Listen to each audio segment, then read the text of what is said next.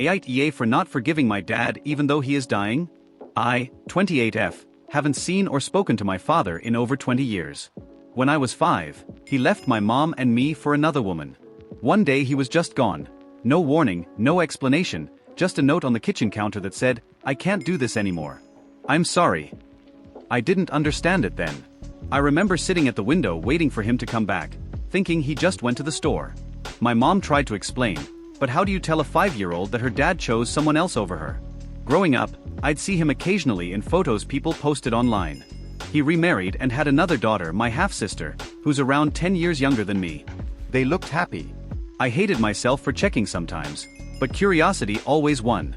I wondered what was so wrong with me that I didn't deserve the same love he gave them. My mom never badmouthed him, even though she struggled. She worked 2 jobs, sometimes 3, just to keep us afloat. When I turned 16, I got my first part-time job to help out. He never paid child support, never called on my birthdays, never showed up at my graduation.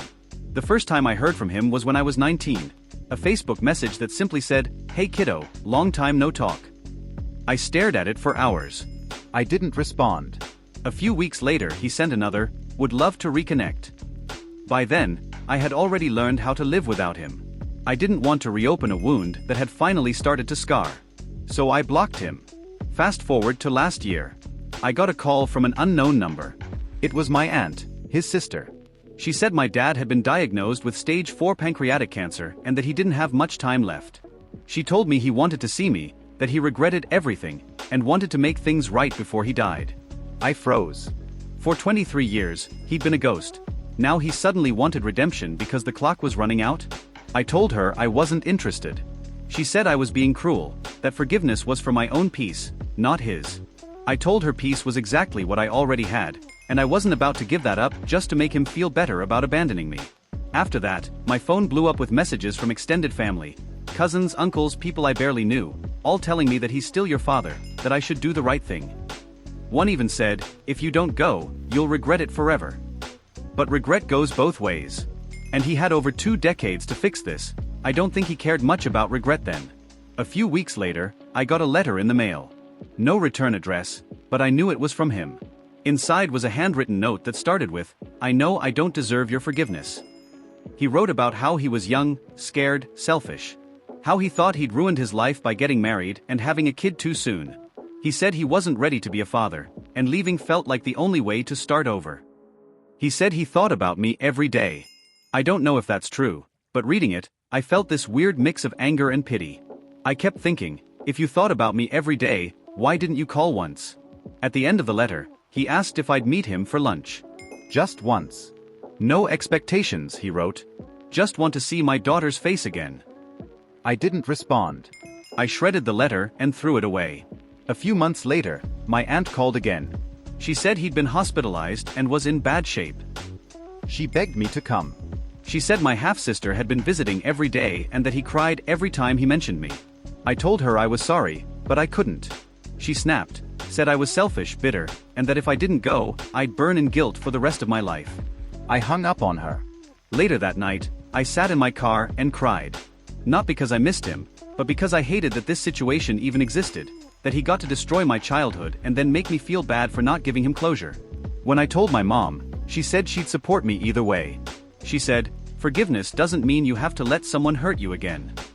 Still, part of me wondered if maybe I was being too cold. Maybe people do change when they're dying. Maybe I was denying both of us a chance to heal. So I called my aunt back. I told her I'd think about it, not for him, but for me. I wanted to see if I could face him without breaking. A week later, I went to the hospital. My heart was pounding the whole time. When I walked into his room, he looked small, fragile. He barely looked like the man I remembered. He turned his head, and when he saw me, his eyes filled with tears. He said, "You came." I didn't know what to say. He reached out his hand, but I didn't take it. He started talking fast, like he was afraid the words would run out before he did. He told me how sorry he was, how he wished he could go back and undo everything. He said he left because he felt trapped, that he didn't know how to love properly back then. I listened. Quietly.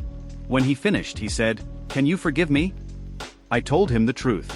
I said, "I believe you're sorry. But no, I can't forgive you. Not because I hate you, But because forgiveness isn't a gift you can demand at the end of your life. You don't get to abandon me and then expect me to help you die feeling better about yourself. He started crying. Real, ugly crying. He said, I know. I just hoped maybe you could remember the good parts. I told him, I don't have any good parts to remember. We sat in silence. He asked if I'd at least stay a little longer.